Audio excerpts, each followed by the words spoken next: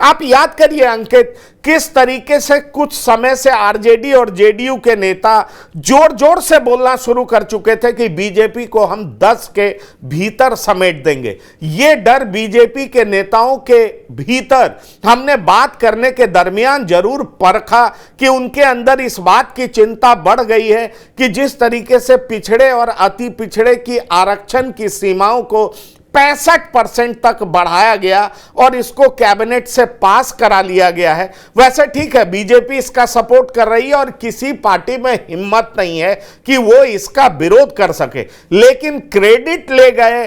नीतीश कुमार। जी हां, क्रेडिट इस हद तक नीतीश कुमार लेकर के चले गए हैं कि आपको हम बताएं कि आरजेडी और जेडीयू के भीतर के कुछ नेता ये कहने लगे हैं कि जो नीतीश कुमार को आउटराइटली रिजेक्ट किया जाने लगा था, कहा यह जाने लगा था कि उनकी राजनीति अब खत्म होने की तरफ है, अवसान की ओर है, और साथ ही साथ लालू यादव को बड़ा फिगर बताया जाता था, भविष्य आरजेडी का बताया जाता था। नीतीश कुमार के इस मूव से नीतीश कुमार का कद रातों रात बहुत ज्यादा बढ़ता हुआ नजर आता है। और यह सिर्फ मैं नहीं कह रहा हूं, क्योंकि जो विपक्ष के नेता हैं, खासतौर पर अगर बीजेपी की बात करें तो बीजेपी के नेताओं में भी दबी जुबान में इस बात को स्वीकार किया जा रहा। और एक बीजेपी के नेता तो यहां तक कह गए कि जो नीतीश कुमार ने कल कर दिया है उसका काउंटर अगर बीजेपी नहीं ढूंढ पाती है तो आप ये मान लीजिए कि नीतीश कुमार ने अपना कद अभी इस